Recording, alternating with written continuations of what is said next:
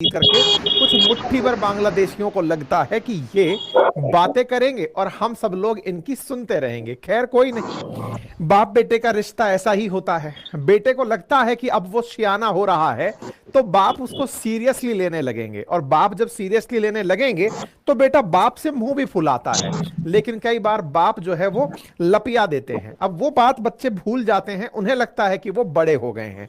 हाल ही में इस बेटे ने नया रूप लिया है जिसका नाम मोहम्मद यूनुस है, और मोहम्मद यूनुस बाप के जूतों में पैर डालकर देख रहे हैं। कहते हैं कि जब बाप के जूतों में बच्चों के पैर आने लगते हैं तो बाप उन्हें थोड़ा सम्मान देके बात करते हैं, लेकिन ये बच्चा भूल जा रहा है कि बहुत ही छोटा है रे तू, अब इतना छोटा है कि लतिया दें कि गतिया दें समझ नहीं आ रहा है, इसलिए केवल बोल करके चुप चल रहे हैं हम लोग। अच्छा, हमारे देश में भी बहुत अच्छे से इस चीज को देखा जा रहा है जो बांग्लादेश में हो रहा है, और हमें लगता भी है कि इस स्थिति के पीछे बहुत ज्यादा स्ट्रेटेजिकली हमारे देश के नेताओं के द्वारा देशवासियों को सोचने का समय दिया जा रहा है। देखिए, जो हो रहा है वो बांग्लादेश में हो रहा है, बांग्लादेश के लोगों के साथ हो रहा है, लेकिन ये नजारा भारत के लोगों को ये दिखाने के लिए था कि देखिए, जो भारत के अंदर चलता आ रहा इतने दिन से राग था कि हम सहिष्णु हैं, हम दुनिया में सह अस्तित्व की बातें करते हैं, all eyes only on Gaza होती हैं, all eyes only on West Bank होती हैं, सारे परसिक्यूशंस केवल दुनिया के दूसरे देशों में होते हैं,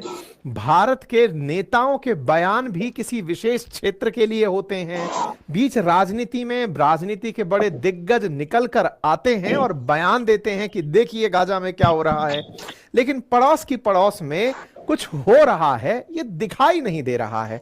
तो मुझे लगता है कि आज हमारे देश के हुक्मरान जो हैं, भारत सरकार इस मामले पर केवल इसलिए शांत है कि एक बार देख लो, हम तो बहुत दिन से कह रहे थे कि कुछ हो रहा है, कुछ हो रहा है, पर कोई देख ही नहीं रहा था। सबको लग रहा था कि नहीं नहीं, छात्र एस्पिरेशन है, क्रांतिकारी हैं, आए हैं, सत्ता को पलट दिए हैं, सरकार बदल दिए हैं, लोकतंत्र की यही ताकत है, और इनके नेतृत्व में जो कि नोबेल पुरस्कार विजेता हैं, पता नहीं किस चीज में जीत गए हैं, अमेरिका ने इनको इतना प्यार दिया कि ये जेल से निकलकर सीधे सरकार चलाने निकल पड़े, लगा कि पापा जी के जूते पहनकर बस अभी जेंटलमैन बनकर बाहर निकलेंगे। ऐसे में इनको सरकार संभला दी जाती है। अब सरकार इनको संभला दी जाती तो है, लेकिन ये अपने आप को इतना तेजू समझने लगते हैं कि इन्हें उन सारी राजनीतियों की एबीसीडी आ गई हैं। जो छात्र नेता अब तक सड़कों पर थे, उन्हें लगता है कि अब तो वो आईटी मिनिस्टर बन गए हैं, आईटी मिनिस्टर के साथ साथ उनको बड़े बड़े मंत्रालय सौंप दिए जाते हैं। लेकिन भारत सरकार भी तसल्ली से बैठ करके कि ठीक है, फैला लो जितना रायता फैलाना है तुम्हें, क्योंकि तुम्हारा रायता फैलता हुआ देखना ही तो हमारे देश के लिए अपनी आंखें खोलने जैसा होगा। अदरवाइज हमारे देश में तो कहा यह जाता है कि हमारा देश सहिष्णु है, सब कुछ बहुत अच्छे से चल रहा है। बोले नहीं, बस देखो, और देख करके अपने अंदर ये बात जगाओ कि देखो वहां क्या हो रहा है।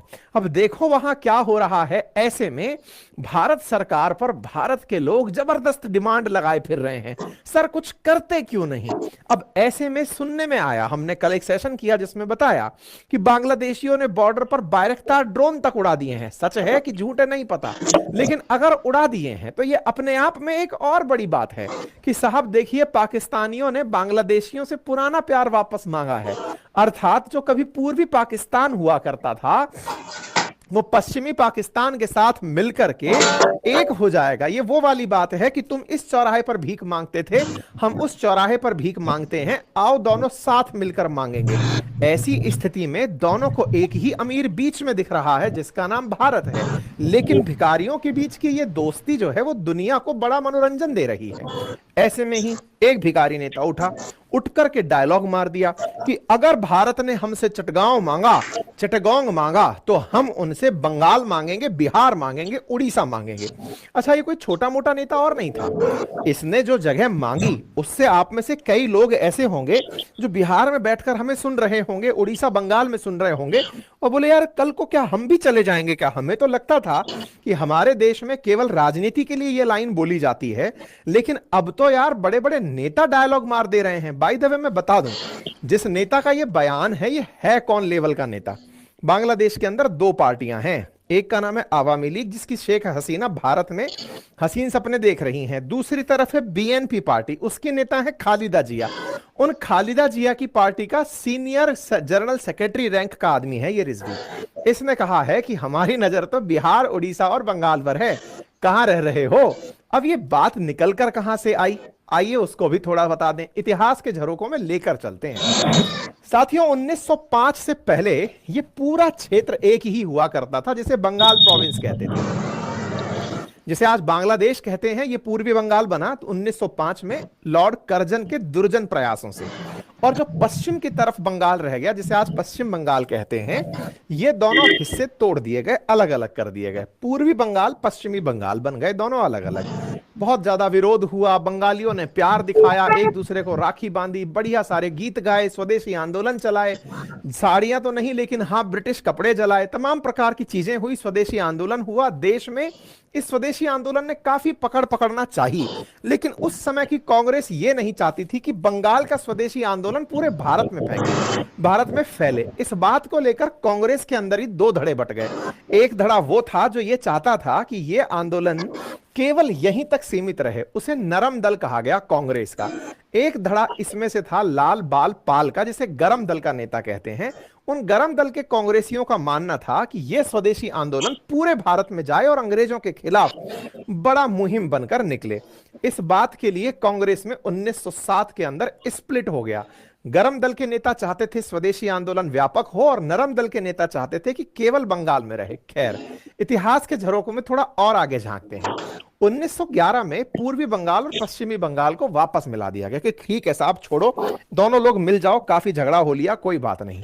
आप लोगों में तलाश लिया हमने कि हिंदू मुस्लिम को बढ़िया से लड़ाया जा सकता है। अच्छा, हिंदू मुस्लिम को बढ़िया से लड़ाया जा सकता है, यह बात अंग्रेजों को समझ में आ गई थी, इसीलिए उन्होंने पहले तो कांग्रेस बनवाई थी 1885 में, बाद में जाके 1906 के अराउंड उन्होंने अपने बांग्लादेश के ध्यान में रखते हुए ढाका के नवाब के साथ मिलकर मुस्लिम लीग बनवाई कि हाँ भाई अब ठीक है, दोनों के लिए दो अलग अलग नेता बन जाए। कांग्रेस को टैग कर दो कि ये हिंदुओं की पार्टी है, और मुस्लिम लीग को टैग कर दो कि ये मुस्लिमों की पार्टी है। लेकिन उस समय की कांग्रेस मैच्योर थी, वो शुरुआत में ही ये कहने लग गई थी कि हम सबकी पार्टी हैं, हम किसी एक धर्म की पार्टी नहीं है। लेकिन उस समय अंग्रेज चाहते थे कि नहीं, टैगिंग के साथ चलो, तभी आनंद आएगा, तभी मुसलमानों को अलग देश मिलेगा, और वो हुआ भी। खैर, 1912 में जब इन दोनों को मिला दिया गया, बंगालियों में फिर से प्रेम जागा, लेकिन अपने अंदर पड़ी हुई रिफ्ट वो देख चुके थे कि कैसे एक दूसरे से हिंदू मुस्लिमों को लड़ाया जा सकता है। 1912 में इस बंगाल प्रोविंस में से फिर उड़ीसा और बिहार को अलग किया गया। 1912 में, अब इस पॉइंट को याद रखिएगा, 1912 में इस बंगाल प्रोविंस से उड़ीसा को और बिहार को अलग किया गया। अब यही पॉइंट आप अगर ध्यान में रखते हैं तो ये उसी दिन की याद में है कि हम तो वो बंगाल हैं जिसने पश्चिम बंगाल, उड़ीसा और बिहार को साथ रखा था। तो बंगाल प्रोविंस अगर यूनाइटेड हो तब जाके आनंद हो। तो रिजवी साहब, आप सपने संभवतया 1912 तक ही देख पाए, हम थोड़ा और पीछे तक लौट जाएं तो आपका अस्तित्व भी ढूंढना ना पड़ जाए हमें। खैर, फिलहाल के लिए भारत के लोगों ने इनके यहां पर दो ही खंड करने का विचार किया है। उन दो खंडों में क्या खंड है? असल में जब आप बांग्लादेश को देखते हैं तो बांग्लादेश तटीय इलाका रखता है, काफी बड़ा, सुंदरवन डेल्टा के अंदर, बंगाल की खाड़ी के अंदर। इसके पश्चिम के अंदर एक क्षेत्र है, अगर आप उसे ध्यान से देखें तो पहचान भी लेंगे। देखिए, यहां पर अगर आपको नजर देखने का मौका मिले तो इस क्षेत्र को पहचाने तो यहां पर चिटगांग नाम से, चिटग्राम जिसे आप कहते हैं, वो पोर्ट है। भारत का जो नॉर्थ ईस्ट है, जिस नॉर्थ ईस्ट से भारत का शेष भाग कनेक्ट होना चाहता है, उसे यहां से होकर सिलीगुड़ी कॉरिडोर के माध्यम से, जिसे आप चिकन नेक कहते हैं, उसके माध्यम से ही कनेक्ट होना होता है। अगर भारत को अपने त्रिपुरा में और मिजोरम में सामान भेजना है, मान लीजिए पश्चिम बंगाल से ही मिजोरम तक सामान भेजना है, तो यह सामान पूरा यूं लंबा रास्ता फॉलो करके फिर पहुंचता है, लंबा समय लगता है। भारत ने शेख हसीना के टाइम पर यहां पर एक बेहतर विकल्प तलाशा। क्या विकल्प था वो? विकल्प ये था कि इनका ये जो चिटगांव है, जिसे चिटगांव कहते हैं, इस चिटगांव को, यहां के पोर्ट को भारत के उस हिस्से के लिए जहां की कनेक्टिविटी आसान की जाए, वहां के लिए प्राप्त कर लिया जाए। मतलब कोलकाता से निकल करके सामान पहुंचे चिटेगोंग, और चिटेगोंग से बस रास्ते से सामान त्रिपुरा और मिजोरम पहुंचा दिया जाए। ये इजी कनेक्टिविटी कहलाती। लेकिन जब भारत और बांग्लादेश के संबंध बिगड़ने लगे तो यहां पर भारतीय लोगों ने डिमांड करना शुरू किया कि बार बार हम क्यों चिकन नेक पर इतना फोकस कर रहे हैं, एक काम नहीं कर लें क्या? बोले बताओ। बोले ये वाला पूरा की पूरा पोर्शन यहां से जोड़ करके अपने पास ही ले लो ना, हमारी हेडेक ही खत्म हो जाएगी। बोले कैसे? बोले अगर ये हिस्सा हमें मिल गया तो भविष्य के लिए चिकन नेक की टेंशन खत्म। बोले कैसे? बोले इधर देखो, अगर ये हिस्सा हमारे पास हो गया बांग्लादेश के अंदर से निकालकर, तो ये पूरा की पूरा हिस्सा हमारे नॉर्थ ईस्ट से कनेक्ट हो जाएगा और हमारे लिए सीधा बस कोलकाता से पानी के जहाज चिटेगोंग भेजने, उत्तर में हम अपने की तरफ सामान भेजते रहेंगे। ये चर्चाएं होने लगी। चर्चाएं कुछ और भी होने लगी, और उन चर्चाओं में था कि बांग्लादेश में अगर हिंदुओं के साथ अत्याचार हो रहा है तो ये बांग्लादेशियों को नहीं भूलना चाहिए कि 1971 में पूर्वी पाकिस्तान को हमने ही एक नया देश बनाया था, और अगर अब फिर से हम इंटरफेयर करने पर मजबूर हुए तो हम फिर से तुम्हें तोड़ करके एक और हिस्सा बना देंगे, और उस हिस्से का नाम ही हिंदू देश रख देंगे। यह भी एक विकल्प है जिस पर अब भारत को विचार कर लेना चाहिए। मतलब भारत वालों ने विचार करते करते चिटेगोंग को अपने साथ मिलाने का विचार दे डाला, और बांग्लादेश को इधर से तोड़ करके हिंदू देश बनाने का प्लान दे डाला। इस वजह से प्रभावित होकर के ये जो रिजवी जी हैं ये भड़क गए, और इन्होंने भड़क करके कहा कि नहीं, हम तो बंगाल को 1912 से पहले का देखना चाहते हैं। उस समय सब एक हुआ करता था, हम वहां तक जाना चाहते हैं। तो हम तो कह रहे हैं कि हम तो साहब आजादी से पहले का देख करके भी खुश हैं, आप तो यहां पहुंचे, हम सबको एक करना चाहते हैं। खैर जो भी हो, फिलहाल के लिए बातें ही चल रही हैं, लेकिन इन बातों का अर्थ तो आपको समझ में आ ही गया होगा। अब ये बात निकलकर आई कहां से? तो असल में हुआ क्या कि बांग्लादेश की जो राजधानी ढाका है, वहां पर बीएनपी, बांग्लादेश की जो नेशनलिस्ट पार्टी है, इसने आज ही के दिन इंडियन हाई कमीशन के सामने एक मार्च निकाला, लॉन्ग मार्च निकाला। ये वो प्राणी है जिसके बयान की हम चर्चा कर रहे हैं। बिजनेस स्टैंडर्ड ने इसके बयान को भी लिया है, डेली स्टार ने इस लॉन्ग मार्च के बारे में बताया है कि ढाका के अंदर जो भारतीय हाई कमीशन है उसके सामने इस तरह से बीएनपी ने, अच्छा अब एक इंटरेस्टिंग बात समझिए, देखिए बीएनपी जो है वो इस बार के चुनावों में पार्टिसिपेट ही नहीं की थी। तो जो शेख हसीना प्रधानमंत्री बनी थी उस समय पर खालिदा जिया फरार थी। खालिदा जिया पार्टिसिपेट ही नहीं की, बीमारी का बहाना लेकर के विदेशों में थी। अब वो वापस पहुंच चुकी हैं बांग्लादेश के अंदर। उनकी पार्टी को लग रहा है कि अब वो सरकार में आएगी, सीधा सरकार का ग्राउंड बना हुआ है।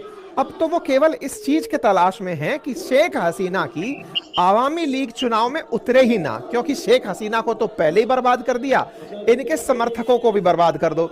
ऐसे में यहाँ के जो ये प्रोटेस्ट हैं ये आवामी लीग के खिलाफ ना होकर भारत के खिलाफ हैं। और दे कौन रहा है? बीएनपी वाले। और बीएनपी वाले कौन हैं ये लोग? बीएनपी बोले तो बांग्लादेश के दूसरे माई बाप, ये हैं खालिदा जिया। अच्छा, इनके पति के ऊपर आरोप था मुजीबुर रहमान को मारने का, अर्थात शेख हसीना के पिताजी जो थे उनको मारने का आरोप इनके हस्बैंड जियाउर रहमान पर लगा करता है कि उसने कॉन्स्पिरेसी की थी मुजीबुर रहमान को मारने की। इसका मतलब बांग्लादेश में शेख हसीना जो कि भारत के प्रभाव में आकर के बांग्लादेश को बनाई थी, वो और इनके पिताजी ये रहे जब तक तो बांग्लादेश में भारत के हितों की बात हुई। और जब जब खालिदा जिया आई तो बांग्लादेश को पाकिस्तान की याद सताई। तो एक तरह से बांग्लादेश आज से नहीं, पहले से ही भारत को लेकर बटा हुआ है। आप बार बार ये ना भूला करें कि 1947 से 71 तक ये पाकिस्तान ही था, और ये भी ना भूला करें कि जब भारत का विभाजन हुआ था तो भारत के विभाजन में यहां के मुसलमानों ने अपने लिए अलग देश की मांग करते हुए पूर्वी पाकिस्तान नाम से पाकिस्तान का ही एक भाग बनाया था। तो इनसे बहुत अच्छे की उम्मीद तो नहीं है, लेकिन भारत ने आंतरिक रूप से इंटरफेयर करके शेख हसीना को हवा देकर पाकिस्तान के 2 टुकड़े करा दिए थे। और शेख हसीना इसीलिए भारत के प्रति काफी ज्यादा एहसानमंद भी रही कि साहब आपने मेरा बढ़िया काम बना दिया। लेकिन पाकिस्तानियों ने अपने समर्थन में खड़ी हुई खालिदा जिया को इस तरह से यूज किया कि ये जब आए तो भारत के हितों की पूर्ति ना हो। तो अब आपको समझ में आया होगा कि भारत के लिए अगला निशाना क्या हो तो सबसे इंपॉर्टेंट बात है चिटागोंग पर कब्जा। खैर चलिए साहब, चिटागोंग पर कब्जा हो जाएगा, लेकिन उससे पहले भारत ने शेख हसीना के रहते ही एक खेला खेल दिया था। और वो क्या था? देखो, बांग्लादेश में कई सारे पोर्ट हैं। असल में जो हमारी गंगा नदी है, वो गंगा नदी भी यहां पर ब्रह्मपुत्र के साथ मिलकर मेघना बनकर बांग्लादेश के अंदर बंगाल की खाड़ी में गिरती है, सुंदरवन डेल्टा में। तो इसलिए यहां पर नदी के आसपास भी काफी बड़ा पोर्ट एरिया है। तो ढाका पोर्ट हुआ, बरीसल पोर्ट हुआ, मोंगला पोर्ट हुआ और चिटागोंग पोर्ट हुआ। भारत ने शेख हसीना के रहते रहते ही चिटागोंग पोर्ट को अपने लिए व्यापारिक रूप से पा लिया था। मतलब शेख हसीना का मतलब था कि भारत के साथ रहना है। मोंगला पोर्ट और चिटागोंग पोर्ट भारत के लिए ओपन थे। इन दो पोर्ट को हमने मोदी जी के साथ मिलकर के, शेख हसीना और मोदी जी ने मिलकर के डिसाइड कर लिया था कि यहां से भारत के हितों की रखवाली होगी। मैं सुर्खियां दिखाता हूं, देखो 2022 की न्यूज कटिंग देखो, जब भारत के विदेश मंत्री शेख हसीना से बतिया रहे हैं कि साहब ये चिटागोंग पोर्ट जो है वो हमें आने वाले समय के लिए आप दे दो। एस जयशंकर साहब ने अपने स्तर पर 28 अप्रैल 2022 को यह बात भी कही कि हाँ साहब, बढ़िया बातचीत हमारी चल रही है। 2023 में अगर आप खबर देखें तो ये देखिए चिटागोंग पोर्ट के बारे में कि win win for India and Bangladesh. ऐसा क्यों? क्योंकि बांग्लादेश को फायदा यह होगा कि भारत से बड़ी मात्रा में ट्रेड बांग्लादेश के साथ होगा और फिर यही ट्रेड आगे पोर्ट हो जाएगा भारत के पूर्वोत्तर क्षेत्र में। तो बांग्लादेश को टैक्स का लाभ मिलेगा, आने वाले समय में रेवेन्यू मिलेगा। ठीक है साहब, दोनों ने बढ़िया से इसका लाभ देखने के बारे में विचार कर लिया। तो हम लोगों ने शेख हसीना के रहते रहते इस चिटागोंग पोर्ट का उपयोग अपने पूर्वोत्तर में त्रिपुरा और मिजोरम के लिए करना सोच लिया था। लेकिन करें क्या, लोगों ने अपनी राय पहले ही रख दी कि साहब इसको तो कब्जा ही कर लो, इनके क्या इंतजार में रह रहे हो, इसको तो कब्जे में ले आओ। अब इसको कब्जे में ले आओ वाली जो बात है ना, ये लोगों को समझ में आ गई कि यार ये तो कब्जा वब्जा कर लेंगे टाइप से। अगर यहां पर कब्जा हो जाता है तो हमारी नॉर्थ ईस्ट में कनेक्टिविटी बहुत बढ़िया हो जाएगी, कॉस्ट इफेक्टिव ट्रेड होने लगेगा और हमारा जो सामान पहुंचता है वो जल्दी पहुंचेगा पूर्वोत्तर में। इससे हमारा रीजनल कॉपरेशन भी बढ़ेगा, म्यांमार वगैरह के साथ बढ़िया दोस्ती हो जाएगी। फिलहाल के लिए हमने कर क्या रखा है कि हम लोग कोलकाता से यहां सामान पहुंचाते तो हैं ही, लेकिन इसके पड़ोस में देश है जिसका नाम है म्यांमार। वहां पर एक पोर्ट है, उसका नाम है सितवे। हम सितवे पोर्ट से निकलकर कलादान मल्टी मॉडल प्रोजेक्ट के माध्यम से मिजोरम तक सामान आज भी पहुंचाते हैं। ऐसे में बांग्लादेश को म्यांमार से बड़ी टेंशन रहती है। म्यांमार पर बहुत सारे प्रतिबंध लगे हुए हैं, उसके बावजूद भी म्यांमार बढ़िया तरक्की कर रहा है बांग्लादेश के कंपैरिजन में। किस मामले में? ट्रेड के मामले में। क्यों? क्योंकि भारत ने कलादान मल्टी मॉडल प्रोजेक्ट का उपयोग नॉर्थ ईस्ट तक सामान पहुंचाने में किया हुआ है। तो बांग्लादेश को लगा कि अगर हम इन्हें चिटागोंग दे दें तो कलादान का उपयोग घटेगा, ट्रैवल टाइम बचेगा और भारत के लिए हम गुड बुक्स में आ जाएंगे। यही बेच करके, यही दिखाकर हमने इनसे ये लिया था। लेकिन इन्होंने साथ में एक और एडवांटेज हमें दिया और कहा कि सर आप तो मोंगला पोर्ट भी ले लो, आपका यहां से माल निकले, मोंगला पहुंचे, मोंगला से भी सामान आप आगे भेज सकते हो। खैर तमाम चीजें होती रही। एक चीज मैं आपको और बता दूं, बांग्लादेश के साथ हमारे ट्रेड और भी बहुत अच्छे थे जब शेख हसीना थी, और अभी भी कुछ तो ट्रेड उनमें बाकी है। भारत बांग्लादेश के बीच में जो ट्रेड है वो ट्रेड सरप्लस की स्थिति है। भारत बांग्लादेश को जो माल बेचता है उससे बढ़िया पैसे कमाता भी है, और उनको कमाने के लिए हमें इस ट्रेड रूट की जरूरत थी।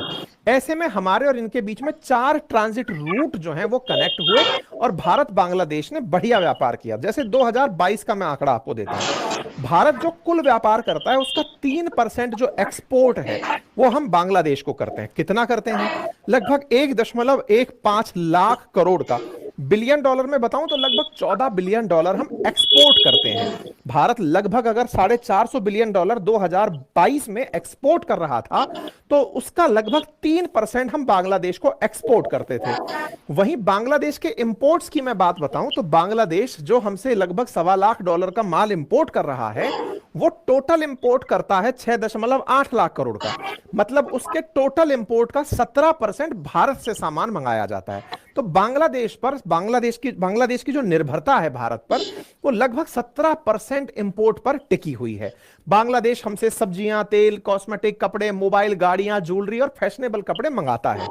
आपको यह बात मैंने पहले भी बताई है कि भारत और इन्होंने मिलकर के कैसे मोंगला पोर्ट को लेकर के बातें की थी। खैर कोई बात नहीं, फिलहाल तो चर्चा इसी की है कि अगर चिटगांग पोर्ट हमें मिलता है तो इससे हमारे ट्रेड को कितना फायदा होगा, और ट्रेड को फायदा होगा सो होगा भारत का जो यहां से तोड़कर हिंदुओं के लिए एक अलग देश बनाने का सपना है वो भी संभवतः पूरा हो जाएगा। क्योंकि अब लोग इस विषय पर विचार करने शुरू कर गए हैं कि ये लोग अगर ऐसे ही करते रहे तो यहां के हिंदुओं के साथ में यातनाएं बढ़ती रहेंगी। चिन्मय दास प्रभु का ही देख लीजिए, जब से ये गिरफ्तार हुए हैं इनके पक्ष में कोई वकील खड़ा ना हो जाए इसलिए यहां के वकील प्रोटेस्ट कर रहे हैं। बकायदा यहां पर जो ढाका के अंदर इंडियन एनवॉय हैं उनको बुलाया गया है, कहा गया है कि अगरतला में हमारे जो रिप्रेजेंटेटिव थे, जो हमारा ऑफिस था, उनके साथ बहुत बुरा हुआ आपके देश में, तो कृपया करके उस पर जवाब दीजिए। खैर भारत सरकार ने उसकी निंदा भी की कि भाई अगरतला कोलकाता में जो आपके ऑफिसेज में प्रदर्शन हुए उसके हम वो हैं, लेकिन जो हिंदुओं के साथ बांग्लादेश में हो रहा है उसे लेकर के पूरी दुनिया में बैठे हिंदू प्रतिक्रिया दे रहे हैं। आगे बढ़ते हैं। ऐसे में एक खबर और आती है और वो खबर ये है कि बांग्लादेश ने नॉर्थ ईस्ट के जिन जिलों में बांग्लादेश से बॉर्डर कनेक्टेड था वहां पर इंटरनेट कनेक्टिविटी फैसिलिटेट कर रखी थी सिंगापुर की एक कंपनी से। शेख हसीना का उस कंपनी में कुछ हिस्सा रहा होगा। तो ऐसी सेटिंग थी कि बॉर्डर एरिया में जहां जहां बांग्लादेश और नॉर्थ ईस्ट के जिले शामिल हैं वहां पर वो कंपनी इंटरनेट प्रोवाइड कराती थी, लेकिन इन लोगों ने उस कंपनी के इंटरनेट को बंद करा दिया है। ये बड़े खुश हैं कि देखो मैंने 2 महीने के अंदर क्या कुछ गुल खिला दिए। इन सब के पीछे असल में माइंड चल रहा है पाकिस्तान का। पाकिस्तान सोच रहा है कि भले ही हाथ में कटोरा हो लेकिन इज्जत फुल मिल रही है, क्योंकि कटोरा यूं रहता है बस उसको ऊपर डालना है तो वो कैप जैसा लगेगा और उससे इन्हें फुल रेस्पेक्ट मिलेगी। और उसी रेस्पेक्ट की तलाश में ये पाकिस्तान में फुल इंटरफेरेंस में है। किस तरह के इंटरफेरेंस में है? तो खालिदा जिया मैडम जो है, जो कभी यूएस जा रही थी इलाज कराने, वो इलाज कराने बांग्लादेश आ गई हैं। बांग्लादेश की उन्नत किस्म की मेडिकल साइंस का ये उपयोग लेंगी और ये स्वस्थ हो जाएंगी। और इनको स्वस्थ करने के लिए जो डॉक्टर पधारे हैं वो एक चाइनीज हैं और एक पाकिस्तानी हैं, और वो मैडम को सिखा रहे हैं कि मैडम बस समय आ गया पीएम बनने का। पीएम बनते ही आप एकदम दुरुस्त हो जाएंगी। जो आप यहां से फरार थी जेल काटने के डर से कि मुझे शेख हसीना जेल में डाल देंगी, आप विदेश भाग गई थी, आप चिंता मत करिए, हम चाइनीज भी खड़े हैं और पाकिस्तानी भी खड़े हैं, मैडम आप बस तैयार हो जाइए। यहां पर आप देख लीजिए पाकिस्तान हाई कमीशन ने मैडम को सपने दिखा दिए हैं और उनको गेट वेल सून बोल दिया है। मैडम बढ़िया रहेगा, म्यूचुअल इंटरेस्ट आपके पूरे होंगे, आप जल्दी ही ठीक हो जाइए। सपने दिखा दिए हैं खालिदा जिया को। खालिदा जिया आ चुकी हैं। खैर पाकिस्तानियों और खालिदा जिया के समर्थकों, जैसे खालिदा जिया इतने समय बाद लौटकर वापस आई हैं और उन्होंने जो यहां पर मचाया है वो आपको दिख रहा है। ये मत भूलिएगा खालिदा जिया बहुत दूर से आई हैं, शेख हसीना बॉर्डर पर ही हैं।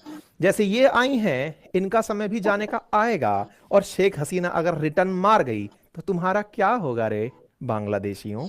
ऐसे में अब बड़ा सवाल यह है कि शेख हसीना हो सकता है कि इस बार चुनाव में कुछ ना करें, लेकिन एक चीज बहुत अच्छे से समझ जाएंगी कि हमारे पिताजी का जो नोट पे से नाम उड़ा दिए, जो स्टैचू तुड़वा दिए, जो हमारे कपड़े लेकर भाग गए, उन आवामी लीग, उन बीएनपी के नेताओं का क्या इलाज किया जाएगा। आने वाला समय बहुत अच्छा होगा। फिल्म से चल रहा है एकदम, मतलब ऐसा चल रहा है कि हाँ अब तेरी बारी, रस्सा कसी में तुम खींच लिए ना, ठीक है अब हम खींचेंगे। फिलहाल के लिए बीएनपी के लीडर्स का समय है, और ये समय के साथ साथ ये भाई साहब जो हैं ये आकर के कपड़े वपड़े जला रहे हैं कि इंडिया की जो साड़ी है वो जलाओ। अपनी बीवी की पुरानी साड़ी ले आए और जला दिए कि देखो हम जला दिए भारत के कपड़ों का त्याग। 1905 का रिहर्सल है ये, स्वदेशी आंदोलन टाइप का। इस बीच में पाकिस्तानियों को लग रहा है कि भले ही हम खुद इंपोर्ट कर ना पाए लेकिन अपने पुराने भाइयों को बताएं तो सही कि देखो तुम्हारे पास पाकिस्तानी माल आ सकता है। पाकिस्तान वाले इतना बड़ा जहाज भेज दिए, हम इस बात पर सरप्राइज थे, पर फिर भी ये लोग इतना बड़ा जहाज में सामान भरकर पाकिस्तान भेजे हैं, वो बांग्लादेश भेजे हैं। 53 साल में बहुत सामान लगा भाई इनको इकट्ठा करने में, 53 साल बाद ये जहाज भेजे हैं और बहुत खुश हैं। लेकिन इनकी खुशी खुद जिस दिन कैलकुलेशन लगा लेंगे कि इतना बड़ा भारत का चक्कर काटना पड़ा, 7300 किलोमीटर का भारत का जो बॉर्डर पानी है वो पार करके यहां पर माल पहुंचाना पड़ा। कितने इंटेलिजेंट हो रहे तुम, मतलब तुम्हें कितनी भयंकर इकोनॉमिक्स आती है कि भारत के बॉर्डर से ट्रेड तुम्हें महंगा लग रहा है और पाकिस्तानी तुम्हें इतना दूर से सामान पहुंचाएंगे। वाकई में लगता तो है कि ये जो मोहम्मद यूनुस जो इकोनॉमिक्स में लग रहा है कि ये नोबेल पुरस्कार पाए थे। अमेरिका वालों, तुमने दुनिया में जहां जहां लोकतंत्र बचाने का प्रयास किया वहां के नजारे सराहनीय हैं। हम सीरिया देखकर ताजा ताजा हैरान हुए हैं। बांग्लादेश के लिए तुम 2-3 महीने पहले हैरान किए थे, साल भर पहले, साल 2 साल पहले तुम अफगानिस्तान में यार हमें हैरान कर दिए थे। तुम्हारा लोकतंत्र जहां जहां झंडे गाड़ने निकलता है कि लोकतंत्र बचाने के लिए अमेरिका आया है, वहां पर यार गजबे ही हो जाता है। और ऐसे में पाकिस्तानी माल यहां पहुंच रहा है, मतलब गजब हो रहा है। खैर भाई साहब, बांग्लादेश ने पाकिस्तानी भाइयों के लिए जिनके अंश छूट गए होंगे, कभी यहां पर दफन रह गए होंगे, कभी बांग्लादेश की भूमि पर, उनके लिए इन्होंने मेरे हिसाब से वीजा रूल रिलैक्स कर दिए हैं कि आओ पाकिस्तानियों, अपनों को तलाश लो और ले जाओ यहां से। इस बीच में ये भाई साहब डिमांड ड्राफ्ट रख दिए हैं कि हम तो कल को बड़े होंगे तो ये बनेंगे, तो तुम बड़े बनोगे और हम सब जबरदस्ती ही मतलब पॉपुलेशन बढ़ाए हुए हैं, देख लेंगे भाई, आओ थोड़ा बहुत सेटलमेंट हो जाएगा तुम्हारा भी। ये बस तस्वीर अपने अब्बा को दिखा के रखना कि ये 1971 का समय था जब कुछ ऐसा हुआ था। हजारों और लाखों की संख्या में बांग्लादेशी सैनिकों ने, या कहिए तो पाकिस्तानी सैनिकों ने, भारत के सामने सरेंडर किया था। बस मैं तो यूं ही याद दिला रहा था, देश बना दिया था हम लोगों ने, अब देखो क्या बनाएंगे। खैर छोड़ो, फिलहाल के लिए भारत अपनी तरफ से फॉरेन सेक्रेटरी भेज रहे हैं, मिस्त्री जी को भेज रहे हैं। और मिस्त्री जी को लगा, मिस्री है इनका नाम, तो वैसे नाम है इनका विक्रम मिस्री, मैं मिस्त्री बोल रहा हूं। संभवतया ये रिश्तों को सुधारने जाएंगे, और जब जाएंगे तो इनको समझा के आएंगे। अब आप पूछेंगे इस आदमी को काहे दिखा रहे हैं, ये भी जा रहा है क्या? नहीं, बस हम तो ये बता रहे हैं कि इन डोभाल साहब का असिस्टेंट रहा है ये आदमी। मतलब कहने का अर्थ ये है कि डेप्यूटी नेशनल सेक्रेटरी रहा है। अभी डोभाल साहब तो गए नहीं, ये तो शेख हसीना को बस एक बार मिलने गए। अब जा जो रहा है वो विदेश सचिव है। विदेश सचिव वो है जो डेप्यूटी नेशनल एनएसए रहा हुआ है। अब ये आदमी जा रहा है तो समझ जाइए कुछ तो बात करके आएगा, समझा के आएगा कान में कि देखो थोड़ा ज्यादा नहीं हो रहा है, वॉल्यूम डाउन रखो ना यार, पंचर मार देंगे नहीं तो। खैर फिलहाल के लिए इतना है, बाकी आप मेरे साथ जाकर के बढ़िया जय श्री राम कहिए। मैंने आप लोगों के लिए एक बढ़िया सा व्लॉग डाला है, जाकर देखिए, लिंक कमेंट